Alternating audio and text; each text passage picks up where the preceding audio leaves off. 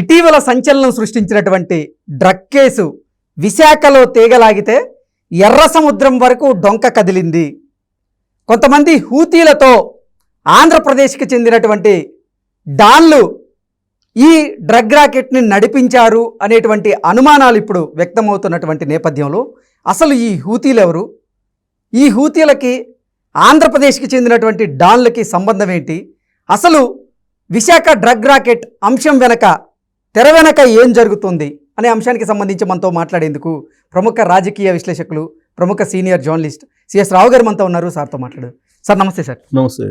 Sir, ఇటీవల విశాఖలో బయటపడినటువంటి drug racket తీగ విశాఖలో లాగితే ఎర్ర సముద్రం వరకు ఆ డొంక కదిలింది అని విశాఖలో అలాగే ఆంధ్రప్రదేశ్లో ఉన్నటువంటి కొంతమంది డాన్లు అక్కడ హూతీలతో సంబంధాలు పెట్టుకున్నారు, వారే ఈ డ్రగ్ రాకెట్ని నడిపిస్తున్నారు అనేటువంటి అనుమానాలు ఇప్పుడు వ్యక్తమవుతున్న నేపథ్యంలో అసలు ఈ హూతీలు అంటే ఎవరు, వారికి ఈ ఆంధ్రప్రదేశ్కి చెందినటువంటి డాన్లకి సంబంధం ఏంటి, అసలు ఈ డ్రగ్ రాకెట్లో తెర వెనక ఏం జరుగుతుంది అంటే ఏం చెప్తారు?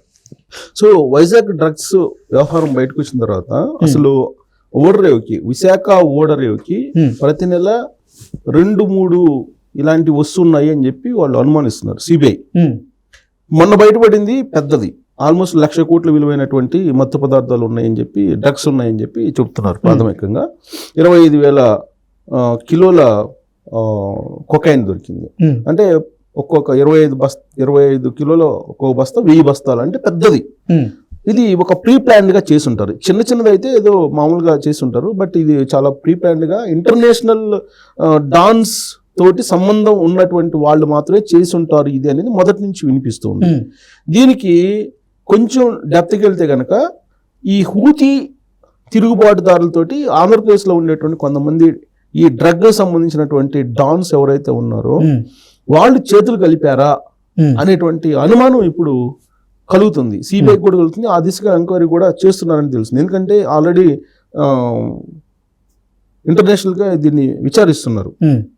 ఇంటర్పోల్ ఇచ్చారు కదా, ఇంటర్పోల్ నోటీస్ ఇచ్చిన తర్వాత మొత్తం చేస్తారు. అయితే ఇంత హూతీ తిరుగుబాటుదారులు ఎవరు అని అంటే కనుక అసలు ఎర్ర సముద్రం ఏంటి అని అంటే కనుక ఎర్ర సముద్రం అనేది చైనాకి రష్యాకి మధ్య ఉండేటువంటి ప్రాంతం ఎర్ర సముద్రం. అక్కడ వాణిజ్య నౌకలు ఏదైతే వస్తుంటాయో ఆ వాణిజ్య నౌకల్ని హైజాక్ చేస్తుంటారు వీళ్ళు, హూతీ తిరుగుబాటుదారులు. వాళ్ళ పని అది.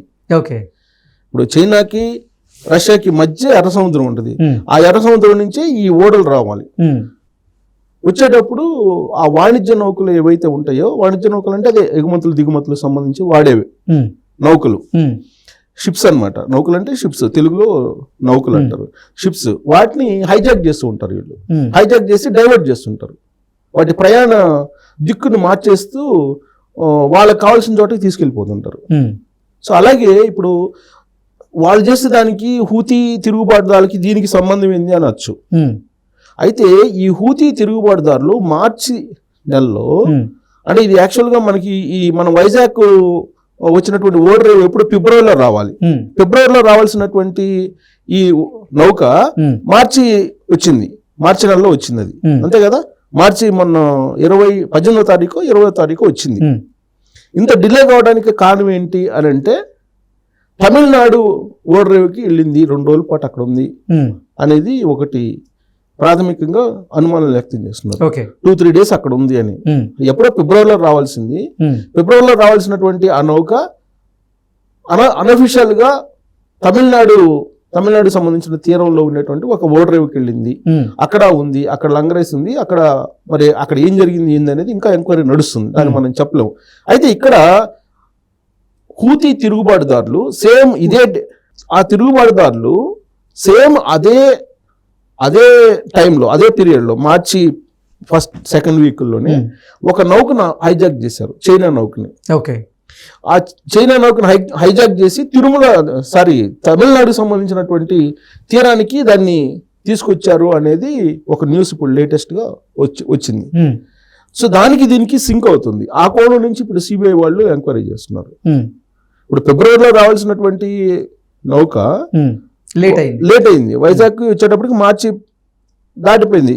కానీ ఈ హూతీ తిరుగుబాటుదారులు ఏం చేశారు, అదే రోజుల్లో హైజాక్ చేశారు చైనా నౌకని. ఇప్పుడు ఈ డ్రగ్స్ వచ్చింది ఏ నౌకలో వచ్చినాయి? చైనా నౌకలోనే వచ్చినాయి. సో వాళ్ళు హైజాక్ చేసినటువంటి నౌక మనకు వైజాగ్లో వచ్చినటువంటి నౌక ఒకటేనా అనేటువంటి ఒక క్లారిటీ ఇప్పుడు సిబిఐ వాళ్ళు తీసుకోవాల్సిన అవసరం ఉంది. ఆ దిశగా ఎంక్వైరీ చేస్తున్నట్టు కూడా తెలుస్తుంది. ఒకటి, ఈ రెండింటి ఎందుకు హూతీ తిరుగుబాటుదారులకి వీళ్ళకి సంబంధం ఎందుకు ఉంది అని ఒక ప్రశ్న వేసుకుంటే కనుక, ఈ నౌక డిలే కావడానికి కారణం తమిళనాడులో ఉండేటువంటి తీరంలో ఉండేటువంటి ఒక ఓడరేవుకి వెళ్ళింది.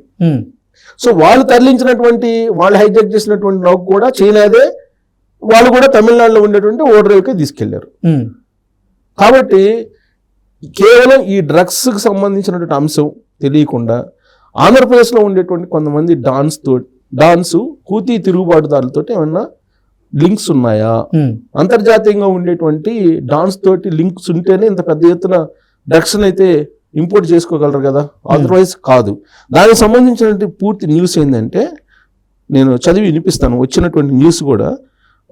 అంటే నీకు వాళ్ళకి వీళ్ళకి సంబంధాలు లేకపోతే ఈ చైనా నౌకలోనే వీళ్ళు తీసుకొచ్చారు, డంప్ అయింది చైనా నౌకలోనే, ప్లస్ ఇదేమో తమిళనాడు తీరానికి వెళ్ళింది, అక్కడ కొన్ని రోజుల పాటు వెయిట్ చేసింది, ఇన్ టైంలో రాలేదు.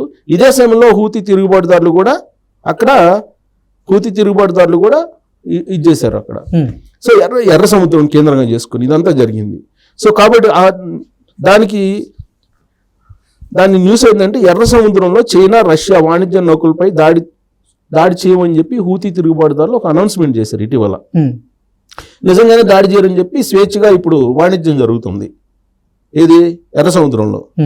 సో జరుగుతున్న సందర్భంలో చైనాకు చెందినటువంటి చమురు ట్యాంకర్ పై 5 బాలిస్టిక్ క్షిపణులను ఉపయోగించారంటే రీసెంట్గా వీళ్ళు, ఏది వాళ్ళు ఇచ్చినట్టు ఒప్పందానికి విరుద్ధంగా. సో ఈ విషయాన్ని అమెరికాకు చెందిన central command UK maritime trade operations ధృవీకరించాయి. సో ప్రతిదీ యూకేకి లింక్ అయి ఉంది. సో ఇక్కడ చూడు, దాడి కారణంగా నౌకలో మంటలు ఎగిసాయంట, కానీ వేగంగా స్పందించి అర్ధగంటలోని వీటిని ఆర్పేశారు. మార్చి 23న సముద్రంలో హూతీ తిరుగుబాటుదారులు ఎంవి హువాంగ్ పూ నౌకపై యాంటీ షిప్ బెలాస్టిక్ క్షిపణులను ప్రయోగించారు. ఈ ఓడ పనామా పతాకంతో ప్రయాణిస్తుంది, అంటే చైనా. ఇది చైనాకు చెందినటువంటి సంస్థ యాజమాన్యంలోని ఆయిల్ ట్యాంకరు. ఆ రోజు సాయంత్రం 4:30 గంటలో ప్రమాదం అయిందని చెప్పి గుర్తించారు. ఈ దాడి స్వల్పంగా గాయపడింది, దీన్ని మంగళూరుకి తరలించారు అని అంటున్నారు. స్వల్పంగా దెబ్బతింది. దీంతో సెంట్రల్ కమాండ్ వెల్లడించింది ఈ నౌక భారత్లోని మంగళూరుకి వెళ్తుంది. యెమెన్ నౌకాశ్రయం మెగా నుంచి ఇది ప్రయాణించిందని చెప్తున్నారు. సో ఈ నౌక రెండు ఒకటేనా, ఆ డాన్సు ఈ డాన్సు ఒకటేనా అనేది ఇప్పుడు తేలాల్సి ఉందనేది చర్చ జరుగుతుంది. సో దీని వెనక చాలా కాన్స్పిరసీ ఉంది. చైనా నౌక ఇది మంగళూరుకి తమిళనాడు తీరంలో ఉండేటువంటి ప్రాంతానికి వెళ్ళింది. ప్లస్ ఇంకోటి ఏంటంటే ప్రమాదానికి గురైనట్టు సృష్టించేసి దాన్ని డైవర్ట్ చేశారు అనేది ఒకటి. అంటే ఇంత పెద్ద ఎత్తున ఇంటర్నేషనల్ డంప్ జరిగేటప్పుడు ఇలాంటివన్నీ గేమ్స్ ప్లే చేస్తుంటారు. అది కూడా ఎర్ర సముద్రంలోనే సాధ్యం. బహుశా దీనికి లింక్ ఏమైనా ఉందేమో అనేటువంటి కోణంలో సిబిఐ వాళ్ళు ఎంక్వైరీ చేస్తున్నారు. అది కనుక ఎంక్వైరీ బయట పెడితే అసలు ఆంధ్రప్రదేశ్ డాన్స్కి అలాగే హూతీలకు ఉన్నట్లు లింక్ కూడా బయటపడే అవకాశం. Okay sir, thank you.